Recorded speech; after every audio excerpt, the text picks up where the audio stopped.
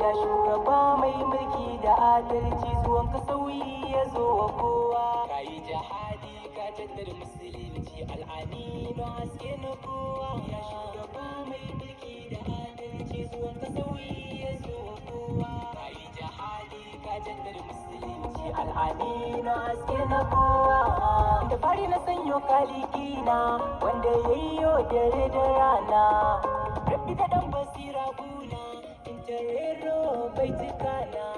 Rasuli abba ganana san ka shine jinin jikina, soyayyar ka ce abincin ruhina, masu daba bina.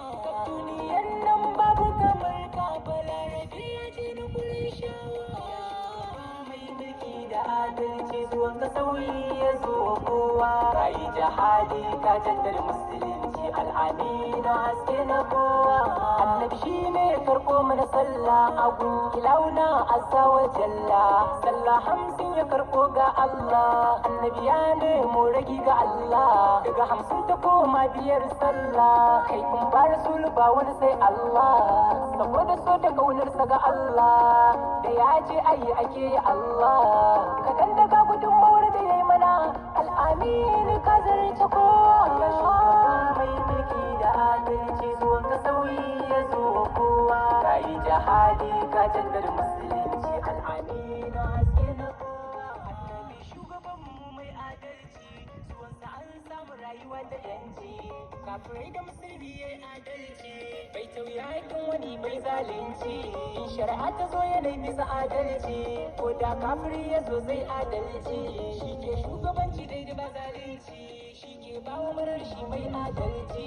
Ya Rasulallah ka zo gare ni ranar da kan mace dan Qurayshawa. Ya shugaba mai mulki da adalci, zuwan ka sauyi ya zo kowa. Ka yi jihadi ka jaddada musulunci, al'aminu haske na kowa.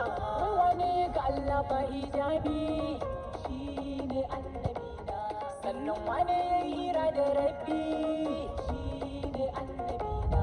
Waye kira bishiya ta zo bai jabi, shi ne annabina. Waye shiga fadar rabbi da takalmi, shi ne annabina. Wane mai yaƙi ko da babu makami, shi ne annabina. Wane mai rayuwa da kafirai da musulmi, shi ne annabina. Wane mai ceto ga musulmi, shi ne annabina.